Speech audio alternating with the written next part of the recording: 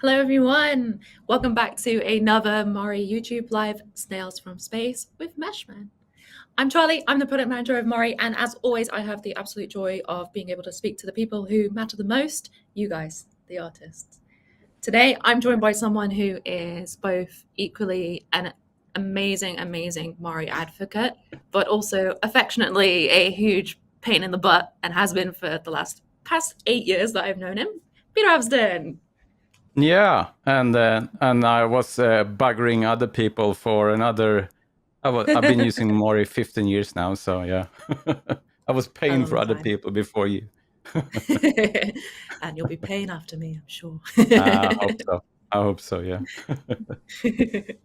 So today we'll be watching a session that Peter has pre-recorded for quality purposes.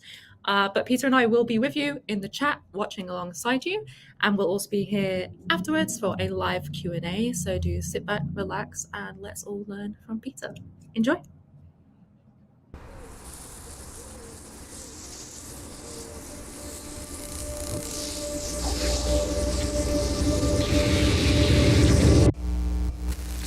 Okay, so let's take a look here at Snails from Space and what's this all about. So back in the day when I was a kid, I enjoyed painting model kits and dioramas. So I used a combination of traditional paintbrushes and airbrush techniques. And I also then ventured into creating illustrations using airbrush. So this is kind of where my interest for painting began. Around the same time, I also wanted to venture into animation. So I was trying to create stop motion animation, but the barrier to entry was too steep, and that is until the computer arrived. From an early age, I started to adopt computer graphics. My first paint program was actually in Commodore 64 and Koala Paint. At this time, animation was too far away, but I started to enjoy working in the computer as an alternative to traditional media. And during college, I took this course in graphic design and pre-press. So at this stage, it was on the tail end of using darkroom techniques and also the infancy of the computer-generated design. So my first exposure to this was using Photoshop 2, and this one was when Photoshop just got color. Imagine that. No color before 2. It's a bit like Mari didn't have layers before 2 either. So during my 6 or 7 years in the print industry, I started to write for this magazine called Mac Art Design with my colleague Fredrik Fogelquist. We wrote as the duo The Meshmen. So this is where Meshmen Studio comes from. This was the early 90s, mid-90s. My first 3D program was Strata Studio, and that was essentially because of the game Myst. I saw them being used in Myst, and I thought, oh, this is a cool program, so I picked it up. We later also picked up Bryce and other programs. So we made essentially like a early blog. So we posted an image a day. So we did this during lunch breaks. For example, when NASA first landed on Mars I think it was back in 97, we made Bryce images from the event on our lunch break. But at the back of my mind, I always wanted to realize this animation dream and working in visual effects. And this is George Lucas' fault. As a huge Star Wars fan, I always wanted to work within the movie industry. So this is where I found this course. In Stockholm, there was a 2-year course focusing on using computer-aided design and graphics. So I started to learn Maya, doing animations and all of that. So this is where I came into the movie industry. So back in Sweden then, after graduating here, I started to work for various companies in and around Stockholm. So one of the companies was Fido, and this is where my first contact with Mari and the Foundry actually materialized. So at the tail end of Avatar, Foundry picked up Mari as a product, as an official product from Weta. So we were doing a documentary with David Attenborough, and we needed to essentially texture a lot of dinosaurs. So we reached out to Foundry and we got hold of a early beta version of Mari 1. So it was 0.9 alpha or something when I started to use Mari. And after Foundry released Mari 1, I went down with Foundry to FMX and had a seminar how we used Mari on this David Attenborough production and how we textured some of the dinosaurs on this show. So after a couple of years in Sweden using Mari, I then moved over to the UK where I started to work for various VFX companies. And around this time, I also started my YouTube channel, Meshmen Studio, where I started to teach some of the techniques I picked up during my years using Mari. And this is now where Snails from Space series comes into play. So Snails from Space is my version of a digital model kit.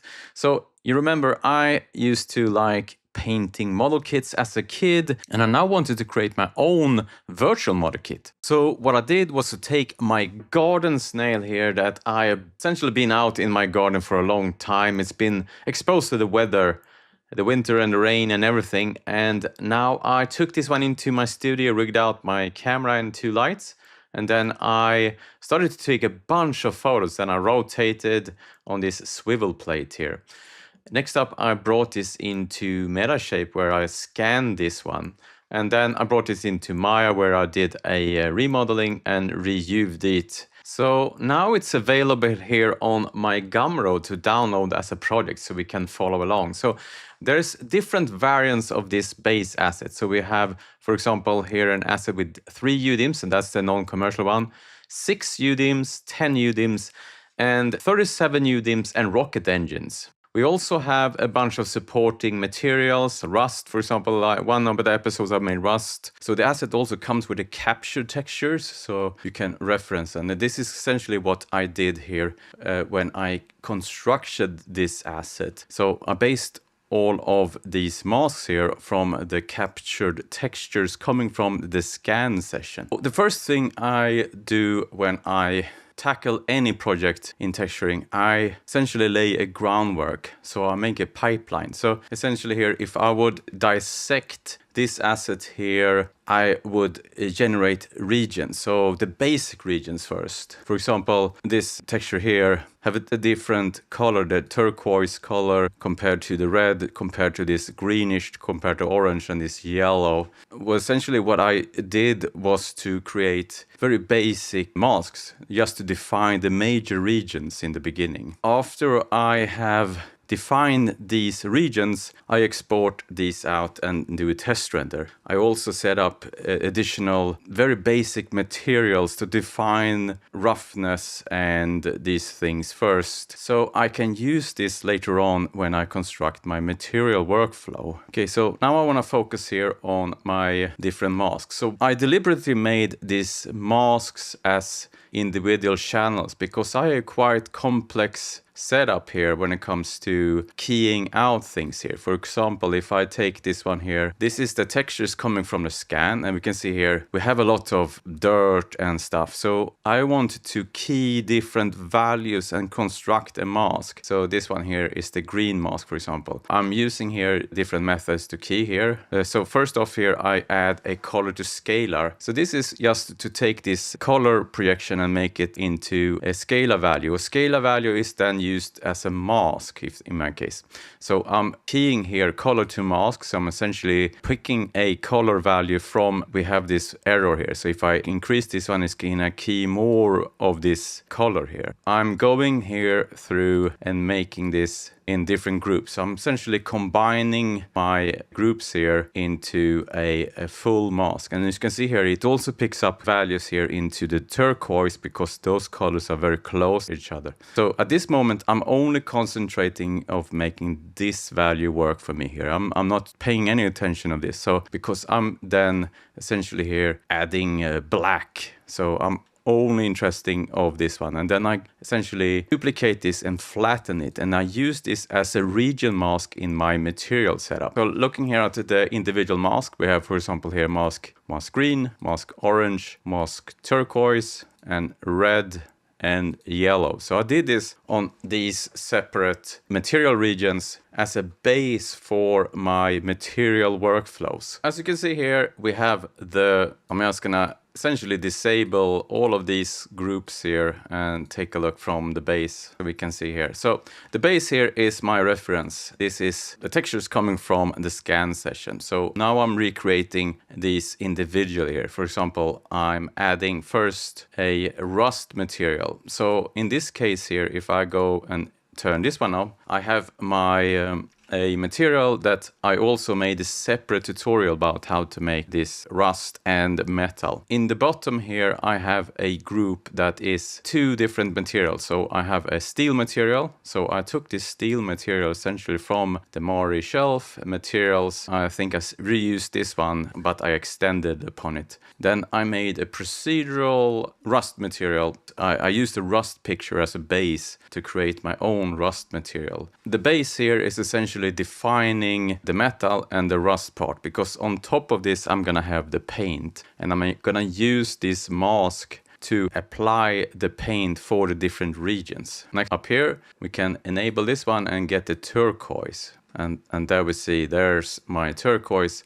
And this material group here has a base material, and we also have some grades that I made here. For example here, if I disable this mask here, if I take this one and shift click on this one, we can open the mask here. And if I would insert, for example, a white constant here, I'm gonna enable this mask everywhere, so we can see essentially the material, how it looks without this mask. So this mask is coming from essentially my keyed mask here. So this one, the mask turquoise. So I save this one out and copy it into this material region that I created. So I'm tackling this like a region at a time, where I concentrate on first having a base material that kind of works for all of them, and then I am individually constructing each of these materials. Could have one material and then also have regions to dictate just the color change. But if you, for example, want to control speckle or roughness and other properties within the material, it can be better to have essentially separate materials depending on how you want to tackle this. The same coming here, I have a base material and a region for the red material. And as you can see here, essentially at this stage, all my material is kind of clean. I'm not adding any additional dirt. That's something that I do on top of everything. So I'm thinking about the general integration, where we have the mask that is just dictating where the material is, and then I am looking at extracting the dirt on top, so I can have this as a wash on top of all of my materials. I'm kind of thinking in coatings here. In layer order, we would have the metal and the rust in the bottom. Then we have paint, and on top of paint we would have integration such as dirt or other effects. And here we can see I'm adding my green material. It's the same principle. I essentially took my turquoise material that is building essentially from the shelf. So I hijacked this one, this green metal, and I hijacked that one, but I reconfigured it so it has the potential to have 2D and 3D projections. And that's something I also did in one of my episodes in this tutorial series. And I also made that material available as a smart material. So let's say that we want to add or remove from this yellow here. What we can do is to just take this material region here. So this is essentially a group, and we have a material and some manual operations on top of this to grade this one. We also have this region mask here derived from this channel mask that we looked at earlier. So we can go into this one. If I click on this one, it opens up here,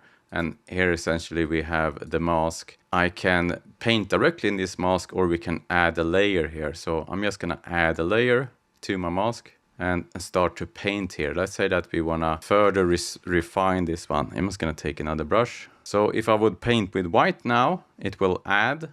And if I would paint with black, it will subtract. So I can now go in here and do additional operations on top of my keyed mask that we had there. So this channel mask that I created is essentially just to get me with complexity, because I have to key different regions and combine them. I choose to do this in separate channels just to keep complexity low, because as you can see here, if I go into my layers, even if I do this, there's quite a lot of layers, and using using the layer stack, this can become quite heavy. So it kind of looks non-trivial here, but if I would go into the node graph, you would see the sheer amount of actual layers and nodes that is generated when we do this. So you can see here, I can now start to go in here and adjust. If I want to do some chips here, I can do that. Can also fade out here the regions a bit. On top of all of this, I have a sand material. So let's see here, if I enable this one here, we can see here what happens. So this is where I started to look at generating a dirt mask. You can see here, you can kind of see the dirt coming on here. If I go in here and hide this mask, I fully covered the asset with dirt. And then I'm using this mask here to add dirt on top of all of this. And in the same fashion that I generated this region mask, I also have a separate mask here with my dirt here. So let's take a look at this one, the dirt mask, and see how this one looks. I essentially did the same as in my region mask, but instead of targeting primary colors for the regions, I then started to key out the actual dirt integration. So this one was quite complex to be able to key out all of these washes here. So if I take this layer and below here, take a look here at my base, I'm essentially keying the color here from the dirt. So I'm closely paying attention to, like, this one looks like it's been streaked. So I was keying out the sand color here, but I have to do this in portions because we have this underlying color that is essentially the regions. So I need to pay attention to exactly what color the dirt has and do this incrementally. So I'm essentially blending these together. So I'm using a screen operation here. If I enable this one, you can see here now I added some more dirt here on this operation. I'm adding additional dirt here. If I look at this one, tweak this one in here, we can see here this is where I add the majority of this one. Next one, I'm continue to working on the integration there, to keying out some values of the dirt there. And then I'm concentrating to pick up the values from around the dome there. And what I can do later on, if I want to then further work on the mask, I can do it here as a separate layer. I can essentially take my put my this one on top here using some paint methods here. I can go in here, for example, and pick some Brad's new brushes. We can take some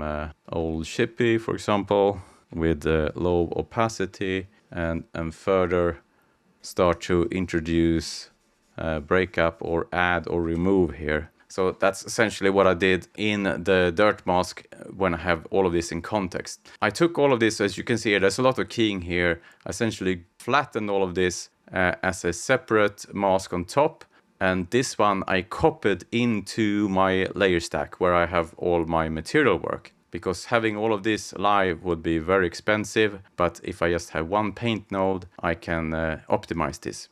So this is a kind of a workaround using the layer stack. You need to think about complexity. In the node graph that we're going to cover in the next episode, where we're going to see where we can translate this one into the node graph, you have additional workflows that can help you doing very demanding operations, but still have the speed, and that's the bake point nodes. So this is something that it's a bit harder to maintain operational speed in the layer stack, something that you can very much do in the node graph, and you can have very complex operations in a node graph and still have reasonable speed on assets that has even hundreds of UDIMs. So let's take a look here at my layer stack here and go back to my dirt here. So looking here at my sand material mask, when I enable this one, we can see here when I enable or disable it, you can see here what that one does to the overall impression there.